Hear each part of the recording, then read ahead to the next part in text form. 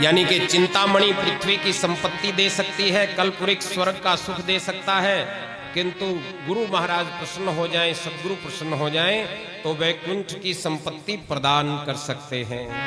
तो हम सबको भी ऐसी संपत्ति मिले, इसलिए हे सूत जी महाराज आप हमें कोई ऐसी कथा सुनाइए।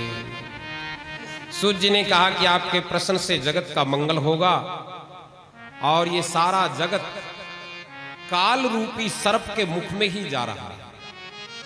देखो जब भी हमने जन्म लिया, जन्म के बाद सभी काल रूपी सर्प के मुख में ही धीरे धीरे बढ़ रहे हैं।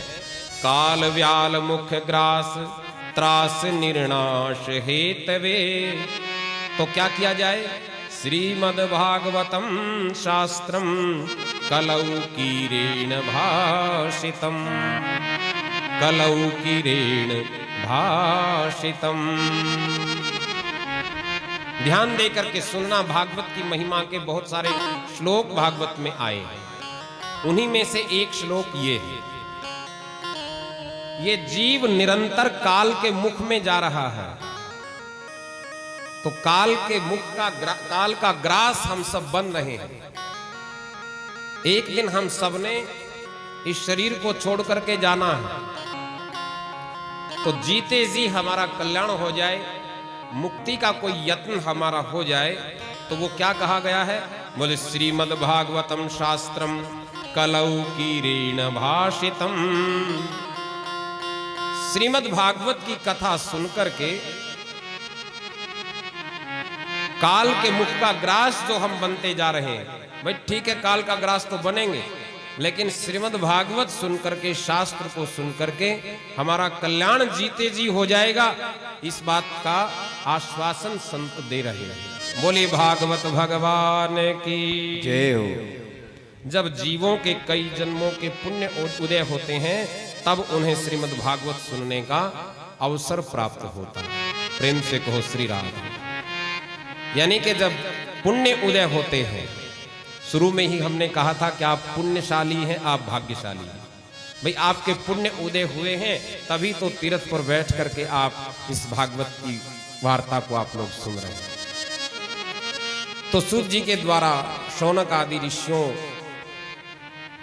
का जो प्रश्न है, सूत जी के द्वारा फिर उसका उत्तर देना प्रारंभ हुआ। सूत जी महाराज कहने लगे, परीक्षिते कथाम वक्तुम सभायाम संस्थिते शुके सुधा कुंभम गृहीत्वैव देवास्तत्र समागमन। हे ऋषियों, आपने जो प्रश्न पूछा है मैं उस प्रश्न का वंदन करता हूं। वंदनीय आपका प्रश्न। और मैंने ये कहा कि वो श्रीमद् भागवत ही ऐसी दिव्य कथा है, दिव्य वार्ता है जो जीते जी भी कल्याण करती है, मृत्यु के बाद भी कल्याण करती है। और इसका प्रमाण एक है, क्या? जब सुखदेव जी महाराज राजा परीक्षित को गंगा तट पर कथा को सुनाने के लिए बैठे तो उसमें एक विचित्र सी बात हुई। क्या बात हुई? अरे बच्चों, या तो बेटे बैठ जाओ एक जगह। आप इस तरह से ये आना जाना जो रहता है ना, ये ठीक नहीं। आराम से बैठ जाओ।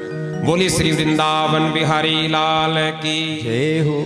एक दो इधर से संदीप जी आप सहयोग कर देना थोड़ा, बार बार जैसे इधर कोई आए उनको चुप करवा दें, और ना ये बच्चे जो चक्कर काट रहे हैं। वही जब सुखदेव जी महाराज राजा परीक्षित को कथा सुनाने के लिए बैठे उस सुखताल की पावन भूमि पर, हम सब जानते हैं कि इस कथा के श्रोता और वक्ता मुख्य रूप से तो सुखदेव जी महाराज श्रोता है, वक्ता है, और राजा परीक्षित इसके श्रोता है मुख्य। और यहाँ नैमिषारण्य तीर्थ में शौनक आदि ऋषि इसके श्रोता है और सूत जी महाराज इसके वक्ता है। तो इस तरह से अलग अलग समय पर अलग अलग श्रोता और वक्ता है। तो जब सुखदेव जी महाराज कथा को सुनाने के लिए गंगा के किनारे बैठे, त्रिलोकी में उस कथा का डंका बज गया। सभी संत मुनि सिद्ध ज्ञानी तपस्वी सब के सब आए और देवताओं ने भी सोचा पृथ्वी लोक पर कथा हो रही है, हम उस कथा को सुनने के लिए चलेंगे।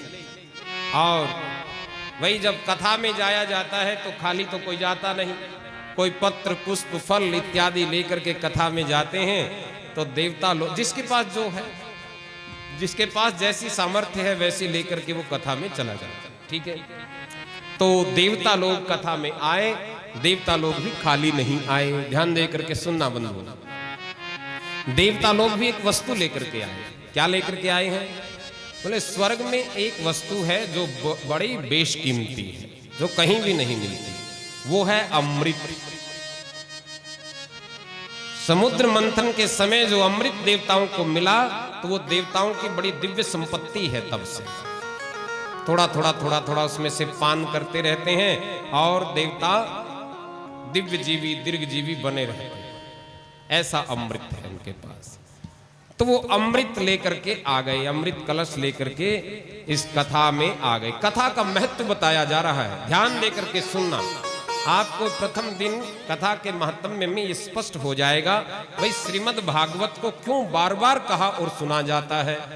क्यों एक बार, दो बार, 3 बार, 10 बार, 20 बार कथा हो जाए। हर रोज कथा, कोई ना कोई कथा, कितने आचार्य, कितनी कथा। कई लोग तो कथा की आलोचना ही करते रहते हैं, इनको कोई और काम ही नहीं। टीवी पर कितने महात्मा लोग आते हैं, कितने कथावाचक आ गए, कथा कथा कथा। तो जिनको आलोचना करनी है भैया वो आलोचना करते रहें, लेकिन जिन्होंने अपना कल्याण करना है वो अपना कल्याण कथा के माध्यम से करते रहते हैं। ये कथा ऐसी कल्याणकारी है। धन्य है हम सनातन संस्कृति के अनुयायी जिनके पास ये कथा है। तो कथा का महत्व बताया जाए। अच्छा, देवता लोग अमृत लेकर के आ गए, अमृत कलश लेकर के आए और सुखदेव जी महाराज से प्रार्थना करने लगे। एक प्रार्थना की कि महाराज देखो, हम कथा में आए हैं, अब हमसे हर रोज तो कथा में आया नहीं जाता, हर रोज तो इतनी देर बैठा नहीं जाता, क्योंकि स्वर्ग के देवता सुख भोगी हैं, सुख भोगने के आदि वो बन गए हैं। और कथा तो कष्ट देती है, कथा में तो तप होता है, कथा में तो बैठना पड़ता है, कथा में तो भूखे भी कई बार रहना पड़ता है, कथा में तो गर्मी सर्दी मौसम की प्रतिकूलता भी सहन करनी पड़ती है। बोलो करनी पड़ती है ना, जबकि नहीं है आजकल, फिर भी थोड़ी बहुत करनी पड़ती है प्रतिकूलता। तो देवताओं ने कहा कि महाराज हमारी एक विनय सुन लीजिए, एक पुकार हम लेकर के आए कि कथा सुनाने सुत बैठे, कथा सुनाने शुक बैठे। हाँ, कथा सुनाने शुक बैठे। शुक यानी कि सुखदेव जी महाराज। सुधी परीक्षित राजा को सुधा कुंभ ले आए सुर, ज्यों ले आए बाधा को। कथा में बाधा भी आ जाती हैं, कथा में रुकावटें आ जाती हैं। वहां देवता लोग आ गए ना रुकावट लेकर। कथा सुनाने शुक बैठे सुधी परीक्षित राजा को, सुधा कुंभ ले आए सुर। सुर कहते हैं देवताओं को। ज्यों ले आए बाधा को, जैसे बाधा को लेकर के आए। और कहने लगे कि महाराज हम एक निवेदन करने आए हैं। बोले क्या निवेदन है आप लोगों को? हम ये अमृत लेकर के आए। राजा परीक्षित की मृत्यु 7वें दिन होने वाली है, ऐसा हमें समाचार मिला है। भाई जिसकी 7वें दिन मृत्यु होने वाली है वो कथा सुन करके क्या करेगा? उसको तो अमृत चाहिए। बोलो चाहिए ना। भाई जिसको ये पता लग जाए कि 7वें दिन मेरी मृत्यु होने वाली है, उसको कथा प्यारी लगेगी कि अमृत प्यारा लगेगा? देखो सांसारिक दृष्टि से देखा जाए तो यही बात है, भी अमृत ही मिल जाए तो ज्यादा बढ़िया है। कथा का क्या है, कथा तो फिर मिल जाएगी। अमृत पी लेंगे तो अमर हो। महाराज हम ये अमृत लेकर के आए हैं, इस राजा को ये अमृत पिला दो, ये जी जाएगा, अमर हो जाएगा। हमारे पास ऐसा साधन है, और ये कथा रूपी अमृत हमको दे दो। ऐसे एक्सचेंज कर लेते हैं। बोले कथा हमको दे दो और ये अमृत इस राजा को पिला दो। अच्छा चलो ठीक है, मैं राजा परीक्षित को ही पूछ लेता हूं। राजा परीक्षित से महाराज ने पूछा, राजन अब दोनों अमृत आपके सामने हैं, एक कथा रूपी अमृत है और एक ये देवलोक का अमृत है। देवता लोग अमृत लेकर के आए हैं। बोले कौन सा अमृत पियोगे? राजा परीक्षित कहने लगे कि महाराज मैं तो आपकी शरणागति हूं, मैं तो आपकी शरण में आया हुआ हूं, मुझे मालूम नहीं कि किस अमृत के पान करने से क्या होगा, आप ही दोनों का अंतर बता दें। ध्यान देकर के सुनना मेरे बंधु माताओं, बड़ी प्रेरक और बड़ी रोचक सी बात है।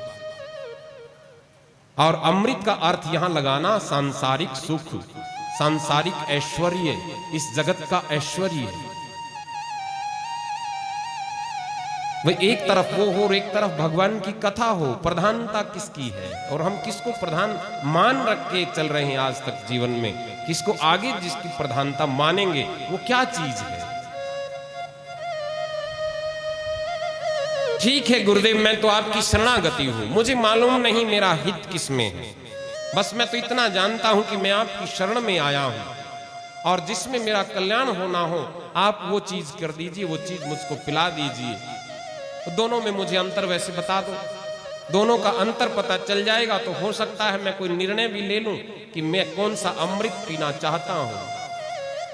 सुखदेव जी महाराज संत और संत उन दोनों अमृत का भेद बताने लगे कि देखो राजा, ये जो सुधामृत है ना, ये सुधामृत जो है ये इसका कोई स्वाद नहीं है, ये बेस्वाद है।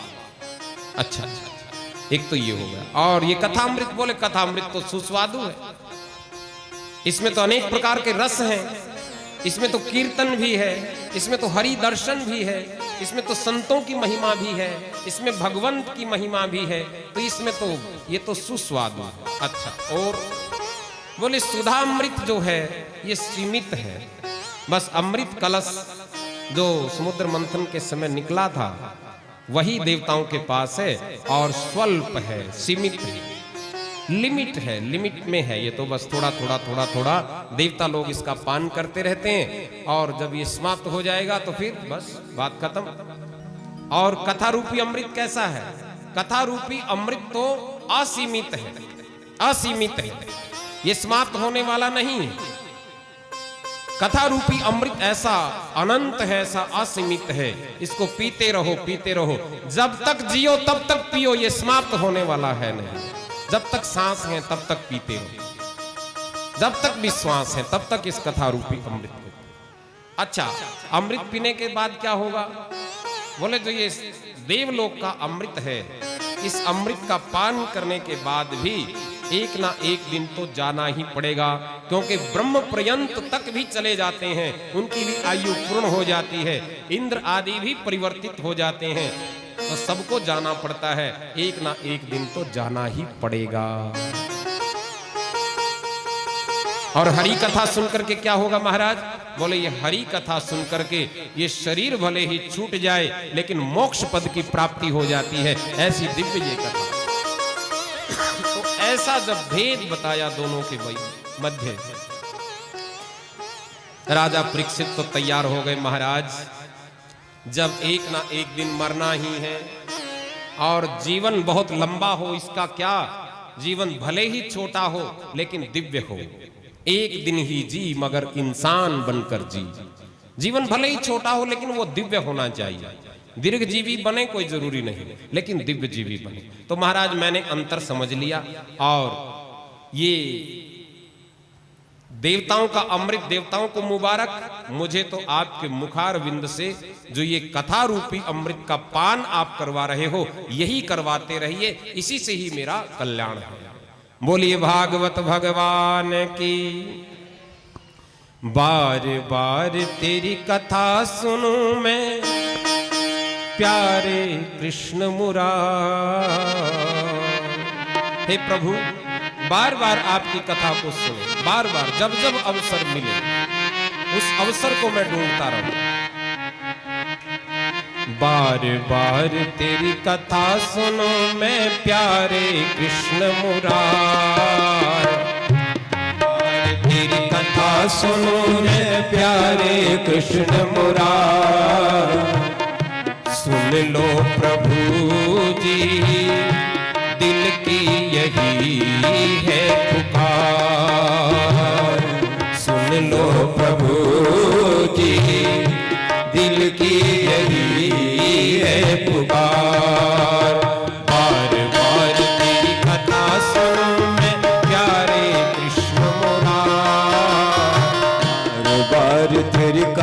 सुनो सभी प्यारे कृष्ण मुरार। बार बार तेरी कथा सुनो मैं प्यारे कृष्ण मुरार। बार बार तेरी कथा सुनो मैं प्यारे कृष्ण मुरार। सुन लो प्रभु जी दिल की यही है पुकार। सुन लो प्रभु जी दिल की यही है पुकार। हम सबके दिल की यही पुकार है, बार बार प्रभु आपकी कथा को सुन। बार बार तेरी कथा सुनो मैं प्यारे कृष्ण मुरार। बार बार तेरी कथा सुनो मैं प्यारे कृष्ण मुरार। दोनों हाथ उठा करके सुन लो प्रभु जी दिल की यही है पुकार। सुन लो प्रभु जी दिल की है ये पुकार। दिल की यही है पुकार। बस एक ही विनती हमारी, बार बार आपकी कथा को सुन, बार बार सुन। तो ये भागवत साक्षात भगवान का वांग्मय स्वरूप है। सुखदेव जी महाराज ने देवताओं को कहा कि देवताओं, आपको आपका अमृत मुबारक इन मेरे प्यारे प्यारे श्रोता को तो ये भागवत रूपी अमृत का ही पान करना। बोली भागवत भगवान की जय हो। बोली श्री वृंदावन बिहारी लाल की जय। तो ये महिमा जब बताई सूत जी महाराज ने शौनक आदि ऋषियों को, फिर तो उनकी ये कथा सुनने की जिज्ञासा और भी प्रबल हो गई। ये अच्छा, जिस कथा का इतना महत्व है, देवलोक के स्वर्ग से भी जो बढ़कर के है, जो प्रत्येक साधन से बढ़कर के है, तो ऐसी कथा को आप हमें सुनाइए।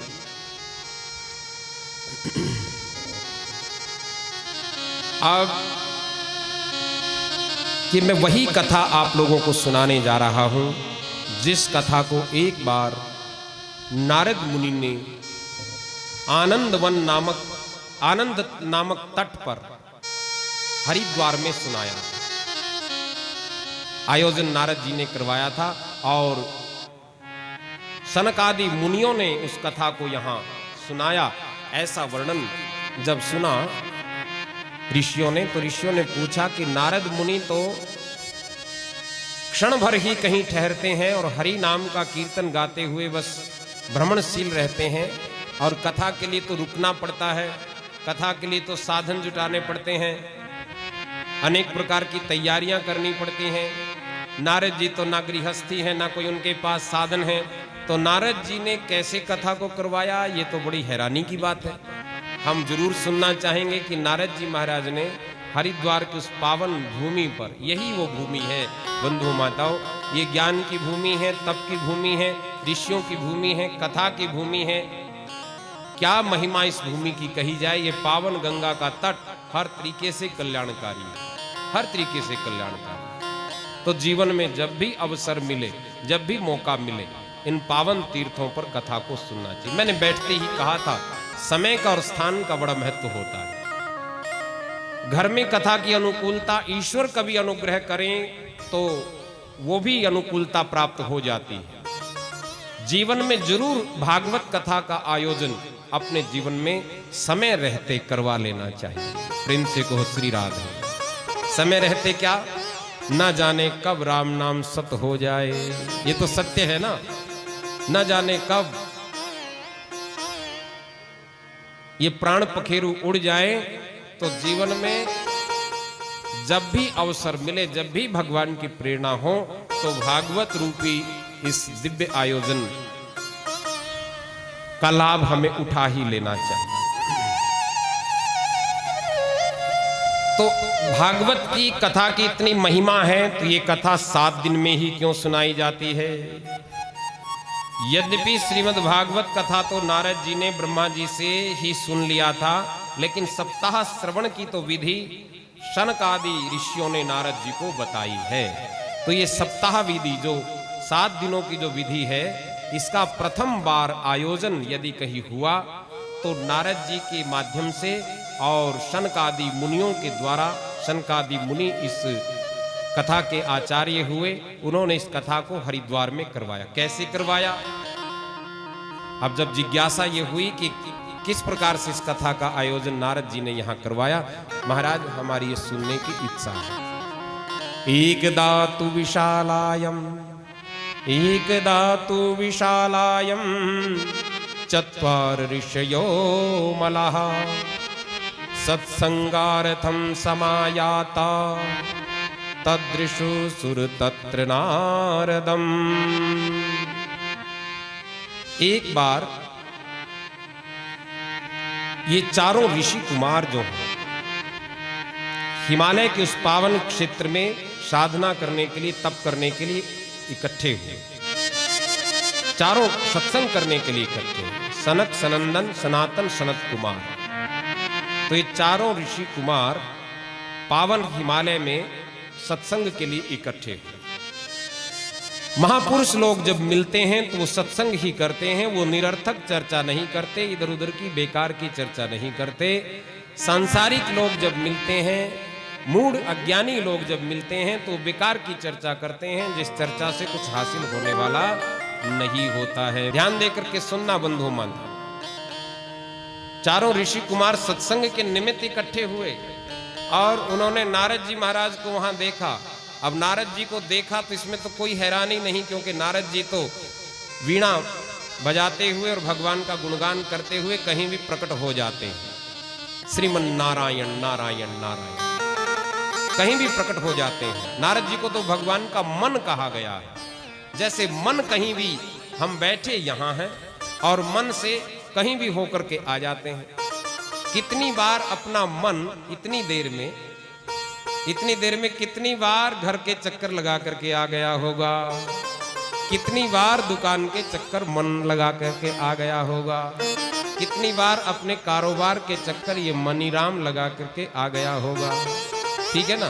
तो मन की गति बड़ी तेज है। उसी प्रकार से नारद जी को भगवान का मन कहा, तो वो जब मन तो कहीं भी पहुंच जाता है। तो नारद जी वहां प्रकट हो गए।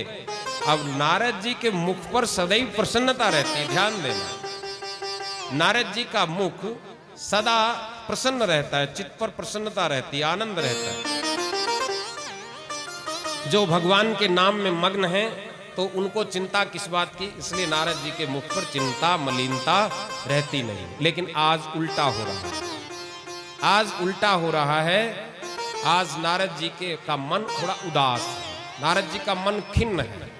जब नारद जी के मन को इस तरह से उदास देखा उन ऋषि कुमारों ने, तो नारद जी से फिर पूछने लगे, कथम ब्रह्मादीन मुखः कुतश्चिंता तुरो भवान त्वरितं गम्यते कुत्रं कुतश्चागमनं तव कुतश्चागमनं तव। हे ब्रह्मांड, आपका मुख उदास क्यों है? भाई किसी को हम उदास देखें, दुखी देखें तो पूछना चाहिए ना। आजकल तो किसी से पूछते हुए बचता है व्यक्ति कि ना जाने क्या कह देगा, क्योंकि कोई तन दुखी, कोई मन दुखी, कोई धन बिन रहत उदास। उदासी तो सबके चेहरे पर है। किसी को तो तन का दुख है, किसी को मन का दुख है, किसी को धन का दुख है ना? भाई कुछ ना कुछ गृहस्थ में 100 झंझट हैं जी। कुछ ना कुछ चिंताएं आती ही रहती हैं, इसलिए व्यक्ति दुखी हो जाता है। सुखी तो केवल एक ही है, कोई तन दुखी, कोई मन दुखी, कोई धन बिन रहत उदास। थोड़े थोड़े सब दुखी, सुखी राम के दास, सुखी राम के दास। जो राम जी का दास है, जो भगवान के दास हो गए हैं, बस वही आनंद में हैं। बाकी तो थोड़े थोड़े सभी दुखी ही रहते हैं।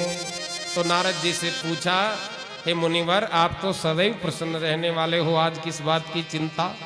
महाराज आपका क्या लुट गया?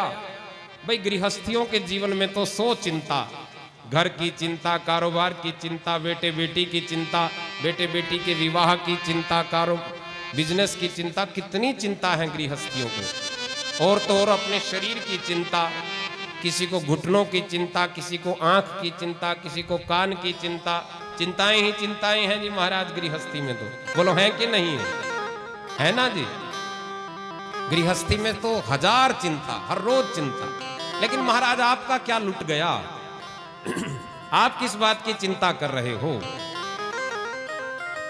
आप तो सदा भगवान का नाम ही गाने वाले हो, आपकी जीवा पर तो भगवान का नाम ही रहता है।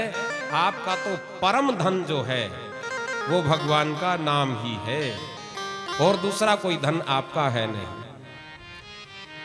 और नारद जी का धन क्या है? भगवान का नाम है। हमारा भी धन भगवान का नाम हो जाए तो कल्याण हो जाए। हमारो धन राधा श्री राधा श्री राधा, हमारो धन राधा श्री राधा श्री राधा, हमारो धन राधा श्री राधा श्री राधा, हमारो धन राधा श्री राधा श्री राधा, हमारो धन राधा श्री राधा श्री राधा, परम धन राधा राधा राधा राधा राधा, परम धन राधा राधा राधा राधा राधा, हमारो धन राधा श्री राधा श्री राधा, हमारो धन राधा श्री राधा श्री राधा। बड़े भाव के साथ, मस्ती के साथ गाइए।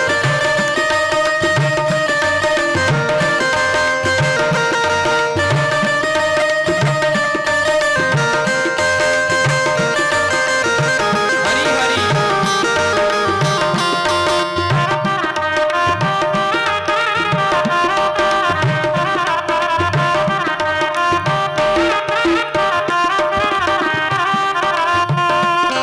रसिक धन राधा श्री राधा श्री राधा, रसिक धन राधा श्री राधा श्री राधा, रसिक धन राधा श्री राधा श्री राधा, रसिक धन राधा श्री राधा श्री राधा, हमारो धन राधा राधा राधा राधा राधा, हमारो धन राधा राधा राधा राधा राधा, हमारो मन राधा श्री राधा, हमारो मन राधा श्री राधा श्री राधा, परम धन राधा राधा राधा राधा राधा, परम धन राधा राधा राधा राधा राधा, हमारो धन राधा श्री राधा श्री राधा।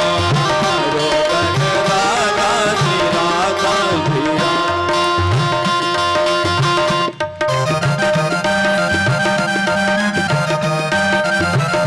हरि हरि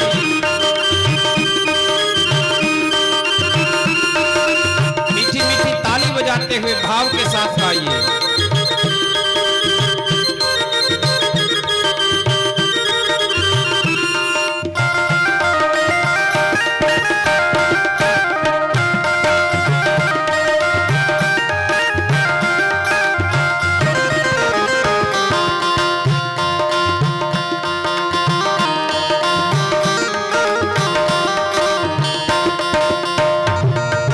तोरे मन राधा श्री राधा